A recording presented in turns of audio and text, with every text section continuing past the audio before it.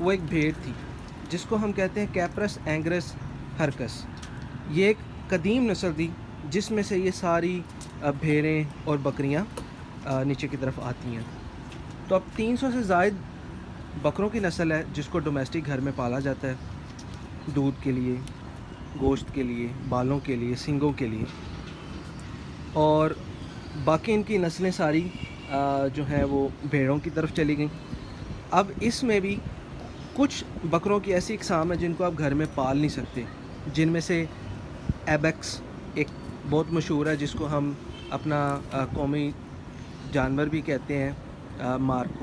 مارخور بکرا ہی ہے لیکن وہ بکروں کی ایک اعلیٰ نسل میں سے ہے جس کو ہم جنگلی بکرا کہہ سکتے ہیں. اب ان میں سے ان کی کچھ ایسی نسلیں بھی ہوتی ہیں جو پہاڑوں پہ رہنا پسند کرتی ہیں, میدانی علاقوں میں, زمینی علاقوں میں نہیں رہ سکتی.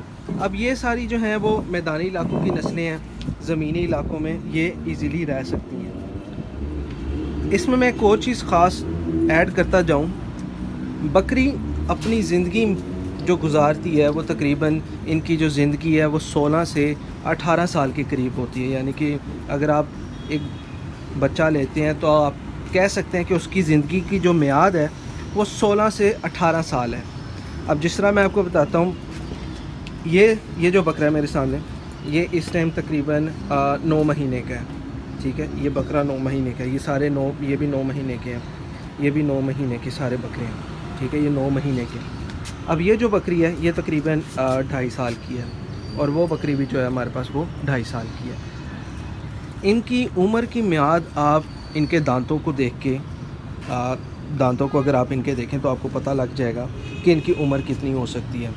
اب جو بالکل 9 مہینے کے یا جو سال سے چھوٹے ہیں, آپ دیکھیں گے کہ ان کے نیچے والے جو دانت ہیں 2 وہ چھوٹے ہوں گے. جیسے ان کی عمر 1 سال بڑھے گی ان کے جو چھوٹے دانت ہیں نیچے والے وہ بڑے ہو جائیں گے اور سخت ہو جائیں گے.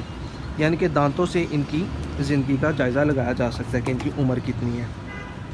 اب بکریوں میں جو خاص بات ہے وہ یہ ہے کہ یہ سال میں 2 دفعہ یا 1.5 سال میں 2 دفعہ یہ بچے دیتی ہیں یا پریگننٹ ہوتی ہیں. ان کے بچے دینے کی جو ریشو ہے وہ تقریباً ہے 1 سے 4. یعنی کہ اگر ایک بکری پریگننٹ ہوتی ہے تو وہ 6 مہینے کے اندر یعنی کہ 150 دن یا 155 دن کے اندر بچے کو جنم دے گی, اور بچہ یا 1 یا 4 ہو سکتے ہیں. 1 سے 4 تک ان کی ریشو عموماً دیکھی گئی ہے. اگر بکری قدور ہے, اونچی ہے اور تھوڑی سی زیادہ ایج کی ہے تو وہ 2 بچے تک دے سکتی ہے, یعنی کہ 2 بچوں تک آپ اندازہ لگا سکتے ہیں. لیکن اگر بکری تھوڑی سی قدور نہیں ہے, چھوٹی ہے, تو وہ 1 بچہ تو لازمی دے گی جو کہ قدرتی عمل ہے. لیکن 1 سے زائد بچوں کے لیے آپ کو ایک اچھی ہیلتھی بکری کا انتخاب کرنا چاہیے. نمبر 2 بات یہ ہے کہ اگر آپ کبھی بھی بکری لیں, بکری خاص طور پہ, تو کوشش کریں کہ آپ نسلی بکری لیں جس کی بریڈ کو آپ لے کے کنٹینیو کر سکیں. لیکن اگر آپ بکرے لیتے ہیں تو بکروں میں آپ کو نسل کی ضرورت نہیں, آپ کو صرف یہ دیکھنا ہونا چاہیے کہ وہ قدور ہو, وہ گروتھ کر سکیں اور چھوٹے نہ رہ جائیں. یعنی کہ ڈفرینٹ پرسپیکٹیو ہیں, اس کے اوپر انشاءاللہ میں الگ سے ویڈیو بنا کے آپ کو ایکسپلین کروں گا.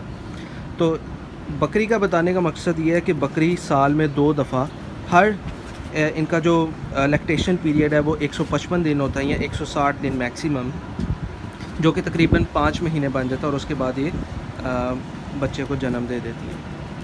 اسی طرح یہ 1.5 سال کے پیریڈ میں 2 دفعہ بچوں کو جنم دیتی ہیں. اور یعنی کہ اگر آپ بکری پالتے ہیں تو یہ اس کا مقصد آپ اچیو کر سکتے ہیں کہ اس کے بچوں کی نشو و نما کس طرح کر سکتے ہیں, یہ وہ. اب اس میں جو خاص بات ہے وہ یہ ہے کہ جو بکری ہوتی ہے وہ 9 مہینے میں ریڈی ہو جاتی ہے بریڈنگ کے لیے. یعنی کہ جو بکرے ہیں وہ 7 ماہ میں, اور جو بکریاں ہیں وہ 9 ماہ میں ریڈی ہو جاتے ہیں. جس طرح کہ یہ بکری ہے یہ بریڈ کر چکی ہے, اس کا یہ پہلا بریڈ ہے اور یہ بریڈ کر چکی ہے. یہ ابھی 1 مہینے بعد بریڈنگ سٹارٹ کرے گی اور اس کا 1 مہینے بعد بریڈ ہم کروا رہے ہیں. جبکہ یہ سارے بکرے بریڈر ہیں, کھسی نہیں ہیں. اس کو اس لیے باندھا گیا ہے کیونکہ یہ کھسی نہیں ہے اور اس سے ہم بریڈ نہیں کروانا چاہتے. تو یعنی کہ اور یہ بھی تقریباً 8 مہینے کا ہے. تو اس سے آپ کو واضح اندازہ ہو جائے گا کہ جو 8 مہینے کا بکرا ہے وہ بریڈنگ کے لیے ریڈی ہوتا ہے, اور جو 9 مہینے کی بکری ہوتی ہے وہ بھی بریڈنگ کے لیے ریڈی ہوتی ہے. اور زیادہ تر لوگ چھوٹی عمر میں ہی بریڈنگ کروا لیتے کیونکہ یہی ان کا ٹائم ہوتا ہے، کیونکہ اسی کے دوران انہوں نے نشو نما، ان کی نشو نما ہوتی ہے، افزائش ہوتی ہے. جس طرح کہ میں آپ کو تھوڑا سا دکھاتا ہوں. ان کے تھن، اردو میں تھن کہتے ہیں اور حوانے کے بارے میں پنجابی میں حوانہ کہتے ہیں. جس طرح آپ دیکھ سکتے ہیں یہ اس کے تھن ہیں. اب اس کے تھنوں کی شیپ کچھ اور ہے، اور اگر میں آپ کو دوسری بکری دکھاتا ہوں تو یہ دیکھیں، اب اس کے تھنوں کی شیپ کچھ اور ہے. اب ہر نسل کی جو بکری ہے اس کے تھن مختلف قسم کے ہوں گے، اور جس طرح یہ جوان ہوتی ہیں، بچپن سے نکلتی ہیں، تبھی یہ تھن بنانا شروع کرتی ہیں. اب اس کے تھن میں کچھ سملیرٹی گائے جیسی ہے، کیونکہ یہاں سے اس کا حوانہ جڑا ہوا ہے، جبکہ اگر آپ اس کا دیکھیں تو اس کے حوانے کے درمیان میں گیپ ہے. اب کیونکہ ان کی ابھی اتنی زیادہ نشو نما نہیں ہوئی، اس وجہ سے ان کے حوانے یا تھن چھوٹے ہیں. جبکہ آپ دوسری بکریاں دیکھیں تو ان کے حوانے، ان کے تھن بھی چھوٹے ہیں، لیکن جس طرح وہ پریگننٹیشن کی طرف جائیں گی، بچوں کو جنم دینے سے پہلے اپنے آخری مہینے میں وہ اپنے تھن بلڈ اپ کریں گے. تو میں امید کرتا ہوں یہ ویڈیو آپ کے لیے کافی انفارمیٹیو ہوگی. اگر آپ کو اچھی لگے تو ضرور اپنے دوستوں کے ساتھ شیئر کریں. اس یوٹیوب چینل کو سبسکرائب کریں. ملتے ہیں اگلی ویڈیو میں. اللہ حافظ.